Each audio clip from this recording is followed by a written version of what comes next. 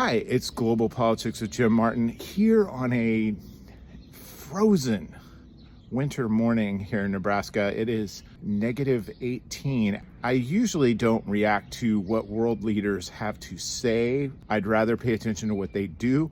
However, the events of the last couple of days regarding the Russia-US negotiations over Ukraine and Saudi Arabia and the remarks of President Trump regarding Zelenskyy and Ukraine in general really prompted me to set the record straight.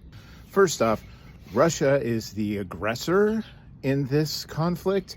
This has been a long-held ambition of Putin to retake Ukraine. This has been something they've been pursuing for a long time. In 2014, they invaded and took over much of the eastern part of the country and the Crimea. They then invaded full scale in 2022.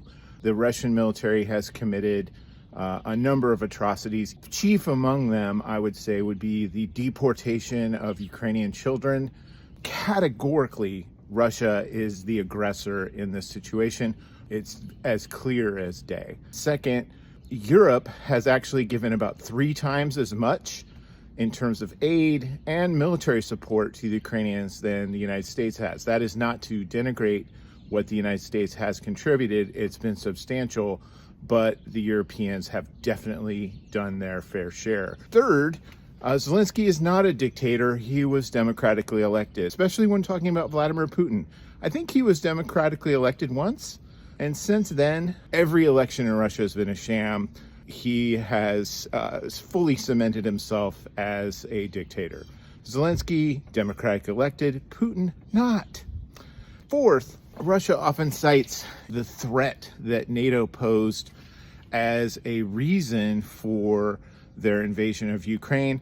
I would ask people to consider if NATO is a combination of countries that have not been pulling their fair share in terms of contributions to their collective defense, how would exactly NATO expansion threaten Russia? Answer, it wouldn't, unless Russia had territorial ambitions on Ukraine. Simply put. And finally, I would say talking to and working with dictators on particular issues is an unpleasant reality of international relations. Siding with them and using their talking points is an entirely different matter and a far more dangerous one.